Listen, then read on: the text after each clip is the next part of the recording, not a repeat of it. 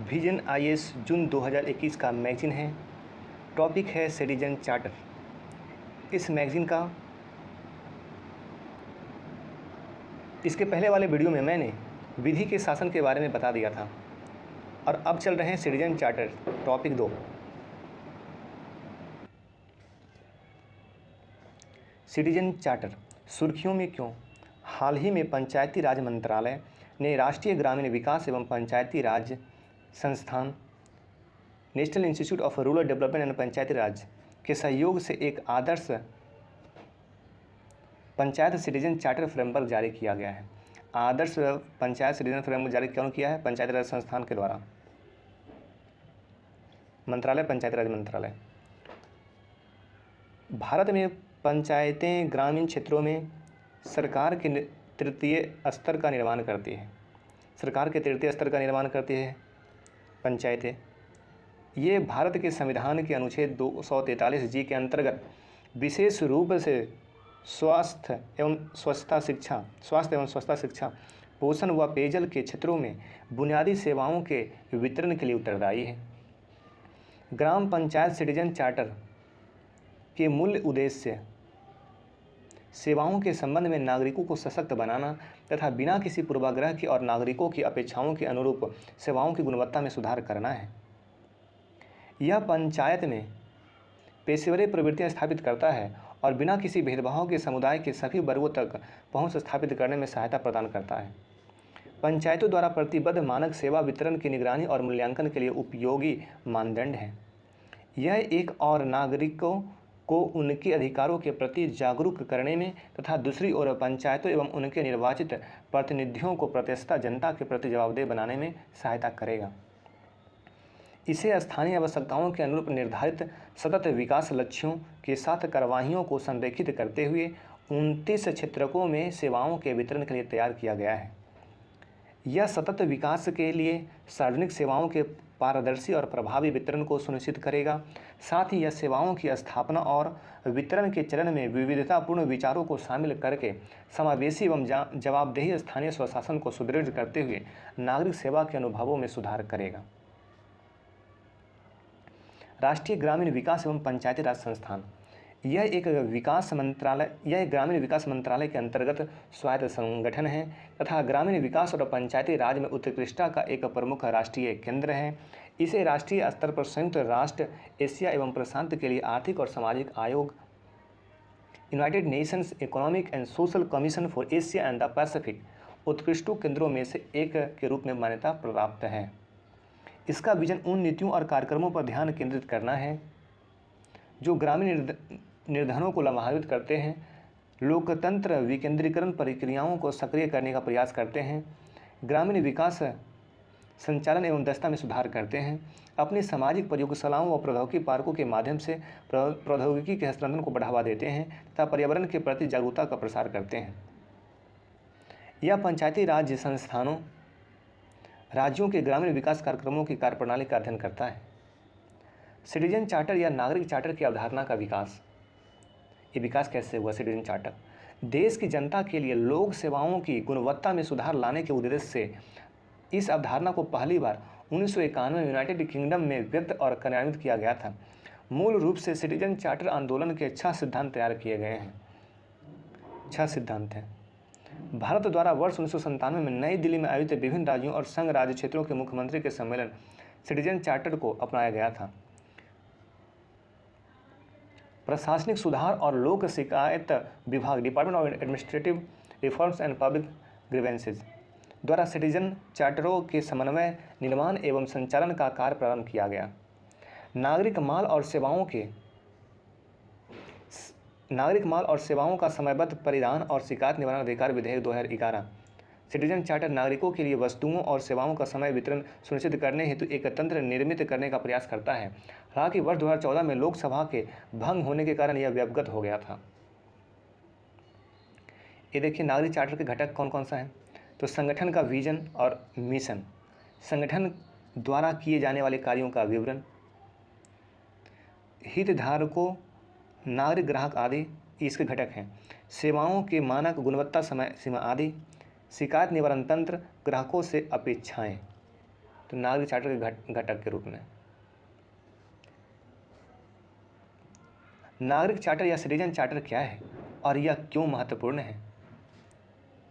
Citizen charter पहल उन दैनिक समस्याओं का समाधान करने का एक प्रयास है जिनका सामना एक नागरिक को लोक सेवाओं प्रदान करने वाले संगठनों से संपर्क करते हुए करना पड़ता है। सिटीजन चार्टर की मुख्य विशेषताएं: यह सेवा प्रदाता द्वारा सेवा से संबंधित मानकों, पसंद, पहुंच, गैर भेदभाव, पारदर्शिता, जवाबदेही के संदर्भ में एक लिखित व स्वैच्छिक घोषणा है। यह विधिक रूप से परिवर्तनीय नहीं और इसलिए गैर न्याय संगत है। पारदर्शिता।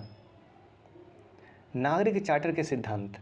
पारदर्शिता क्या है? नियम, प्रक्रियाएं, योजना, शिकायतें। जवाबदेही क्या है? व्यक्ति और संगठन। इसका महत्व: करदाताओं से प्राप्त धन को महत्व। गुणवत्ता, सेवाओं की गुणवत्ता में सुधार। मानक, यह निर्दिष्ट किया जाना चाहिए कि क्या अपेक्षा की जाए और मानकों की पूर्ति न होने पर क्या कार्रवाई की जाए। ये नागरिक चार्टर के सिद्धांत है। ये सब विकल्प क्या है? जहाँ भी संभव हो। तो इन सिद्धांतों को थोड़ा ध्यान में रखिए, घटक और सिद्धांत। सिटीजन चार्टर का महत्व: यह सुशासन प्राप्त करने का एक साधन है। सुशासन के 3 अनिवार्य पहलू होते हैं: पारदर्शिता, जवाबदेहिता, प्रशासन की प्रतिक्रियाशीलता और बल दिया गया है।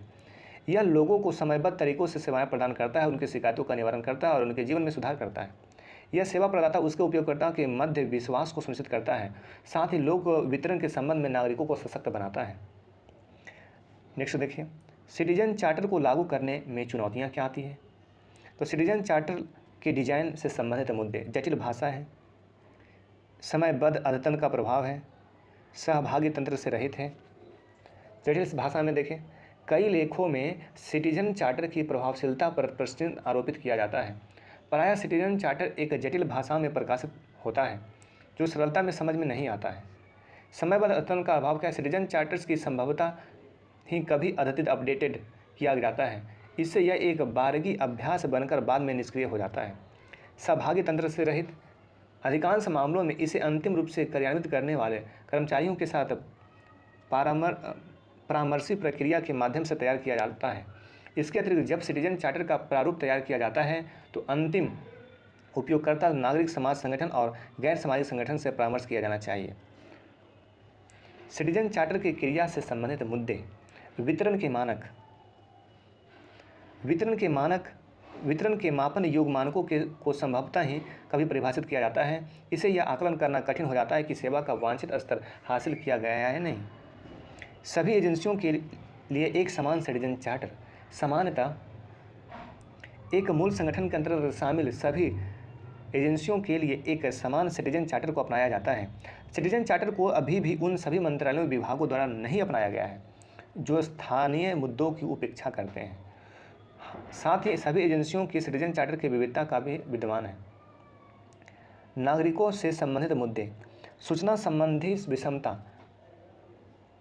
जन सामान्य में चार्टर के संबंध में जागरूकता का अभाव है और विभाग इसका पालन न करने पर दंड देने से कतराते हैं। रुचि का अभाव: संगठन सामान्यतः सिटीजन चार्टर में प्रतिबद्ध मानकों का पालन करने में रुचि नहीं लेते हैं क्योंकि ये अपने कर्मचारियों को इसे लागू करने के लिए कोई प्रोत्साहन या प्रेरणा नहीं प्रदान करते हैं। शिकायत निवारण से संबंधित मुद्दे: जवाबदेही में कमी है। अधिकांश संगठनों ने चार्टर के क्रियान्वयन का आकलन करने के लिए कोई रिपोर्टिंग और आवधिक समीक्षा तंत्र विकसित नहीं किया है। यहाँ तक कि वार्षिक रिपोर्ट में चार्टर के क्रियान्वित या कार्यान्वयन की योजनाओं की समीक्षा भी शामिल नहीं है। मानव संसाधन से संबंधित मुद्दे: प्रशिक्षित कर्मचारियों की कमी। विभिन्न मामलों में संबंधित कर्मचारियों को पर्याप्त रूप से प्रशिक्षित नहीं किया गया था, जबकि किसी भी चार्टर को सफल बनाने हेतु इसके कार्यान्वयन के लिए उत्तरदायी कर्मचारियों के पास उचित प्रशिक्षण होना चाहिए। कर्मचारियों को स्थानांतरण: कभी कभी किसी संगठन में सिटीजन चार्टर के निर्माण कार्यान्वयन के महत्वपूर्ण चरणों में संबंधित अधिकारियों का स्थानांतरण और फेरबदल रणनीतिक प्रक्रियाओं को गंभीर रूप से कमजोर कर देते हैं तथा पहल की प्रगति को बाधित कर देते हैं। ये पॉइंट थोड़ा देख लीजिए। नागरिक चार्टर के संबंधित मुद्दे। नागरिक चार्टर से संबंधित मुद्दे: नागरिक चार्टर जो है कार्यान्वयन, निगरानी और समीक्षा, ये मुद्दे हैं। जन शिकायत निवारण में देखिए, पावती निवारण, रोकथाम। सेवा वितरण में देखिए, सेवा वितरण क्षमता, ग्राहक, कर्मचारी, आधारभूत संरचना, ये सेवा वितरण में ये सब मुद्दे संबंधित मुद्दे हैं। जिसे दूर किया जाना चाहिए। आगे की राह, मानक में अस्पष्टता और सटीकता।